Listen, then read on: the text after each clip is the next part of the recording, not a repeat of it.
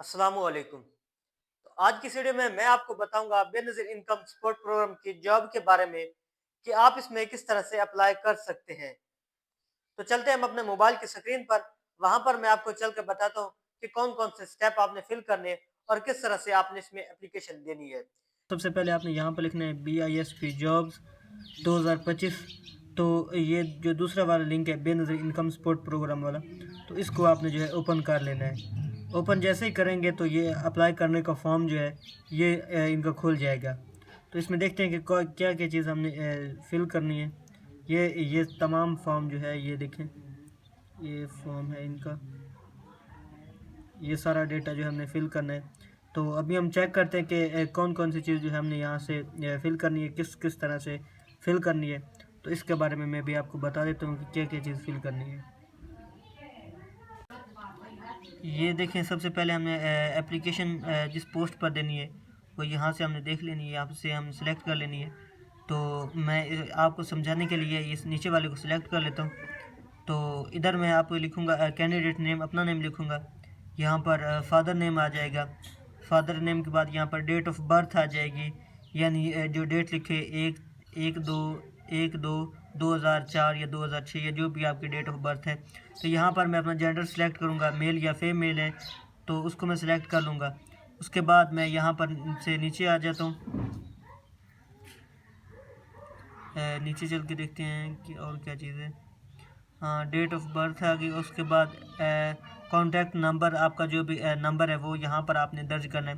उसके बाद CNIC please inter with, मतलब कि आपने जो है जिसको जो मतलब कि आपने इस जो CNIC डालना है उसमें वो हैश नहीं डालना है, बगैर हैश के डालना है। यहाँ पर डोमिसाइल डिस्ट्रिक्ट, यानी जिस डिस्ट्रिक्ट का आपका डोमिसाइल बना हुआ है वो यहाँ पर आपने सेलेक्ट करना है।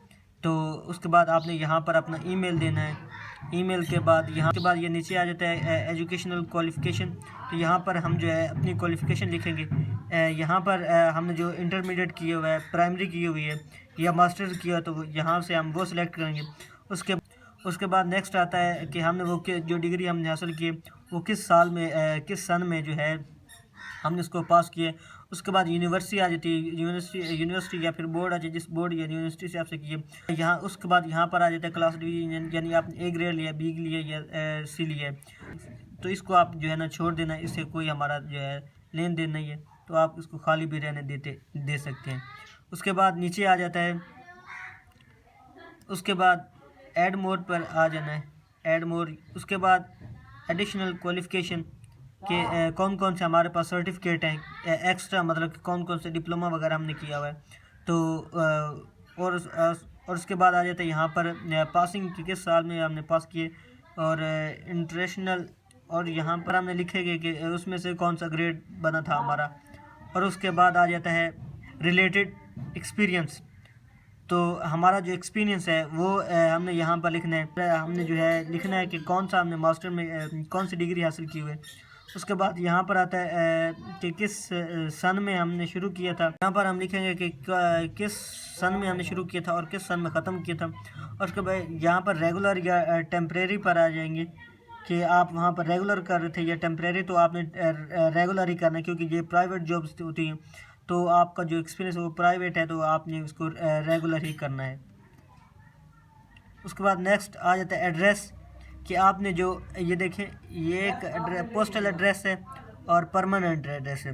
पोस्टल एड्रेस वो एड्रेस होता है जहाँ पर आपको कोई डाक वगैरह भेजी जाए तो वो आपको मौसूल हो।